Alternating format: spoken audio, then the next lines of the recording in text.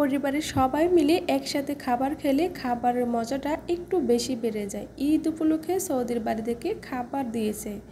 আসসালামু আলাইকুম, কেমন আছেন সবাই? আশা করছি সবাই অনেক বেশি ভালো আছেন। আলহামদুলিল্লাহ, আমরা আল্লাহ তাআলার অশেষ রহমতে ভালো আছি।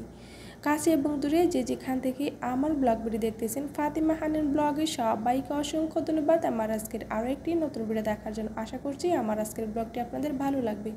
ভালো লাগলে প্লিজ একটা লাইক দিয়ে আমার সাথে থাকেন এবং দেখতে থাকেন আজকের ব্লগ ভিডিওটি। এখানে এই যে সন্ধ্যায় ফাঁকিবাজি নাস্তা বানাবো, ফাঁকিবাজি চিতই পিঠা বানিয়ে নাস্তা করব। তো এখানে চিতই পিঠা বানানোর জন্য আর কি এখানে ময়দা নিয়েছি, তারপরে কাপ দিয়ে মেপে আর কি ময়দা, লবণ, সামান্য একটু চিনি, অল্প পরিমাণ 1 চিমটি চিনি, তারপরে হচ্ছে বেকিং পাউডার পরিমাণ মতো, তারপরে হচ্ছে একটু তেল আর হচ্ছে পানি দিয়ে ভালোভাবে গুলে নিয়েছি, একটু গুঁড়া দুধ দিয়েছি। তো এইভাবে দিলে না চিতই পিঠে যে দেখেন এটা কিন্তু খুব সুন্দর হয়েছে, কেউ মানে বুঝতেও পারবে না যেটা যে চালের গুঁড়ি দেই নেই, চালের গুঁড়ি ছাড়া যে ঝটপট চিতই পিঠা মানে ফাঁকিবাজি নাস্তা তৈরি করে ফেললাম।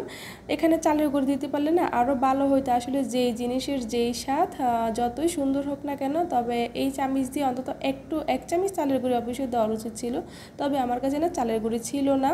দেখে এখানে আমি কিন্তু রসমালাই বানিয়েছিলাম। তো রসমালাইটা মাশাআল্লাহ খুব সুন্দর আর ফুলকো হয়েছে। আমি কিন্তু সবসময় এইভাবেই রসমালাই বানাই। তো এখানে এই রসমালাই শিরাটা আছে না, এখানে কিন্তু আমি 3টা চিতই পিঠা দিয়ে দিব। হালকা একটু শিরাটা গরম করে নেব, যেহেতু এটা ফ্রিজে ছিল, এটা ঠান্ডা। আরেকটা কথা, আপু ভাইরা কেউ আমাকে স্প্যাম কমেন্ট করবেন না। বন্ধু হলাম, আমার ভিডিও নিচে কেউ এই লেখাটা লিখবেন না যে বন্ধু হলাম, সাবস্ক্রাইব করে দিয়ে গেলাম সংখ্যা দিয়ে। আসলে আমার না ইদানিং দেখতেই পাচ্ছেন আমার আসলে ভিডিও বানাতে আর ইচ্ছে করতেছে না, যেহেতু ভিউ কমে গেছে। আমার আর ভালো লাগতেছে না যে আমি ভিডিও বানাবো। এমনি তো আমার শরীরটাও ভালো না, এত কষ্ট করে ভিডিও বানিয়ে কি করব বলেন। এই যে দেখেন পিঠাটা কত ফুলকো হয়েছে। আর সবাই কিন্তু আমাকে ফুল ওয়াশ করবেন। ইদানিং আমার ওয়াচ টাইমটা এত কম আসতেছে, আমি কি বলবো, আমার ওয়াচ টাইম একদমই আসতেছে না। তো ওয়াচ টাইমটা সবাই একটু আমাকে দিবেন, দেওয়ার চেষ্টা করবেন। যেখানে দেখেন পিঠাগুলো কত সুন্দর হয়েছে। তো এখানে ডিম দিলে কিন্তু কেক হয়ে যেত, আর এই চালের গুঁড়ি দিলে কিন্তু চিতই পিঠা আর কি হয়ে যেত। তবে এটাও চিতই পিঠা, তবে চালের গুঁড়ি ছাড়া না যেই মানে যেই স্বাদ, চালের গুঁড়ি দিলে আর একটু বেশি মজা হইতো। তো এই যে এখানে চিতই পিঠাগুলো আর কি আমি দুধে দিয়ে দিলাম, ভিজিয়ে নিচ্ছি। ভিজিয়ে নিয়ে এখন বাচ্চাদেরকে নাস্তা দিয়ে দিব। তো আমরা কিন্তু নিচেই সবসময় বসে খাবার খাই, টেবিলে বাচ্চাদেরকে নিয়ে খাবার খেতে আগে অবশ্যই খেয়েছি, তবে এখন আর টেবিলে বাচ্চাদেরকে নিয়ে খেতে ভালো লাগে না। মানে ওরা খাবার ফেলে দেয় বা টেবিলে অনেক দুষ্টমি হয়, তার চেয়ে নিচে বসে খাবার খাওয়াটাই কিন্তু ভালো। নিচে বসে খাবার কিন্তু সৌদিরা সবাই খায়, তো আমরাও কিন্তু এখানে এভাবে খাই। এটা মনে হয় সুন্নত হবে, হ্যাঁ আমার যতটুকু মনে হয় সুন্নতি হবে নিচে বসে খাবার খাওয়া। তো নিচে বসে খাবার খেলে আসলে ভালোই লাগে। আর আমি যেহেতু ভিডিও করি আমার একটু প্যারেশানি হয়ে যায়, এভাবে না একটু একটু করে বাচ্চাদের নিয়ে খাবার একটু একটু করে সামনে দেওয়া, আবার দেখা, তারপর আসলে কষ্ট করে ভিডিও বানাই। যদি ওখানে ভিউ হয় তাহলে কিন্তু অনেকটা ভালো লাগে। কেন জানি আমার ভিউগুলো একদমই কমে গেছে। আমার মনে হয় যে আমার হয়তো চ্যানেলে কোনো একটা সমস্যা হয়েছে, সেই জন্য, না হলে এরকম কেন হবে। তো এইখানে বাইরে থেকে পরোটা নিয়ে আসছিলো ওই দিন, যে আমি এত নাস্তা রেডি করব। তো আমার হাজব্যান্ড উনি কিন্তু জানতো না, বাচ্চার বাবা, উনি কিন্তু বাড়ি থেকে পরোটাও নিয়ে আসছিলো। তো বাচ্চারা একটু একটু করে পরোটাও খেয়েছে। তো আমার ছোটো বাচ্চারা তো অনেক ছোটো, ওরা এত কিছু খেতে পারে না, ওদের পছন্দ মতো আর কি একটু একটু করে খাবার খায়।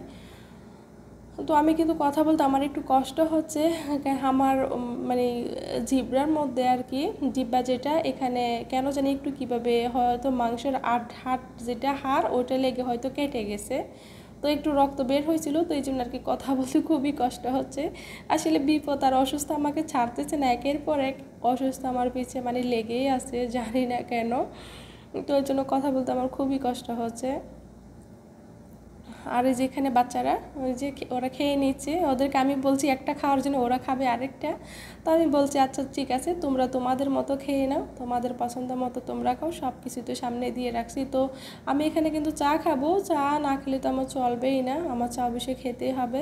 চা না খেলে না শরীরটা অনেকটা খারাপ লাগে, মাথা ব্যথা করে, তো চা কিন্তু খেতে হয়। তো খাবারগুলো খেয়ে কিন্তু আমি বাচ্চাদেরকে নিয়ে একটু বাইরে, বাড়িটা কিন্তু বৃহস্পতিবারের ভিডিও ছিল, তো ওরা আর কি যে আমার ছেলে নিচ্ছে পরোটা নিচ্ছে, মানে ওদের যেটা ভালো লাগে যত কিছুই থাক না কেন ওদের মন মতো কিন্তু ওরা খাবে। আমি ওদেরকে জুস দিচ্ছি, ওরা খাবে না। এখন ওই যে ছোটো দুই মেয়ে, মেজো মেয়ে আর ছোটো মেয়ে, ওরা কিন্তু ওই যে নিজে নিজে নিয়ে নিয়ে খাচ্ছে।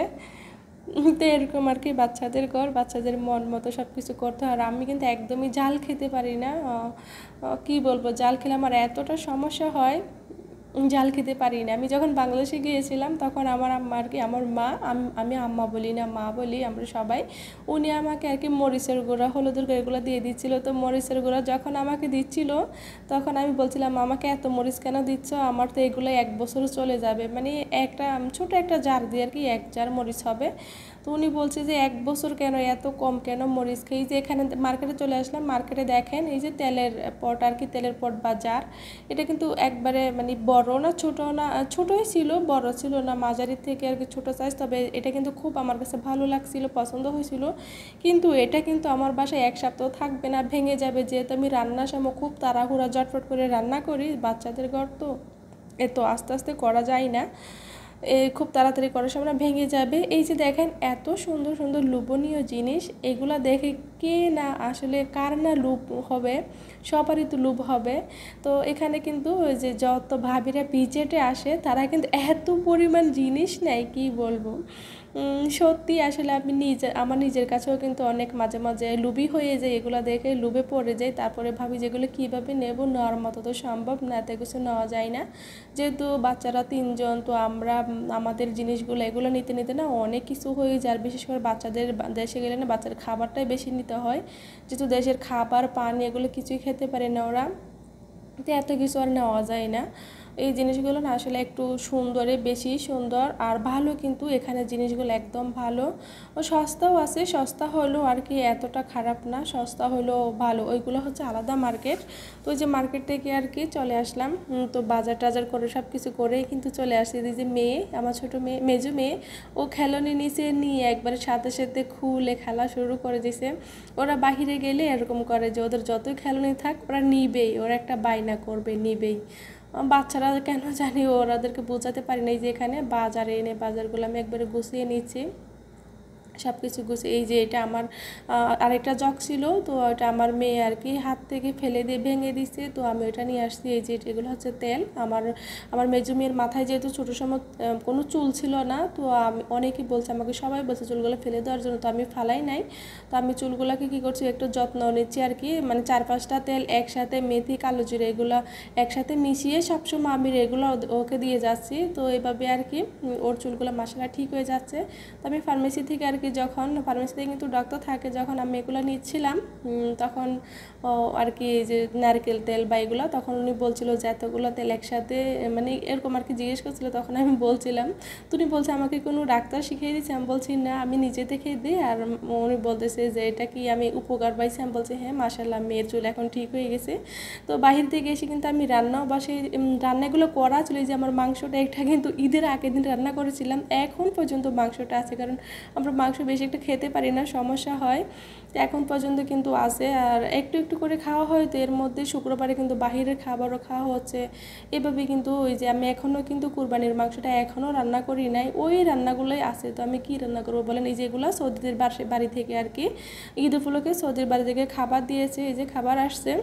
এই খাবারগুলো দেখেন না আছে মরিচ না কোনো কিছু, তবে এটা আমি একটু খাবো, বেশি একটা খাবো না। বাচ্চা খাবে, বাচ্চার বাবারা খাবে, তবে আমার বাচ্চারা এগুলো পছন্দ করে। আমার আজকের কথা মতো অনেক ভুল হতে পারে, ভুল হলে সবাই প্লিজ ক্ষমা সুন্দর দৃষ্টিকে দেখে নেবেন। আমরা মানুষ মাত্র ভুল। আর কেউ স্প্যাম কমেন্ট করবেন না, সবাই একটু ফুল ওয়াশ করবেন, ওয়াশ টাইম দিবেন, কেন জানি ওয়াশ টাইম খুবই কম আসছে। এই যে সৌদির বাড়ির খাবার একটু করে বিসমিল্লাহ বলে খেয়ে নিয়েছি। আমার আজকের ব্লগটা এখানে শেষ করলাম। সবাই ভালো থাকুন, সুস্থ থাকুন, আল্লাহ হাফেজ, আসসালামু আলাইকুম।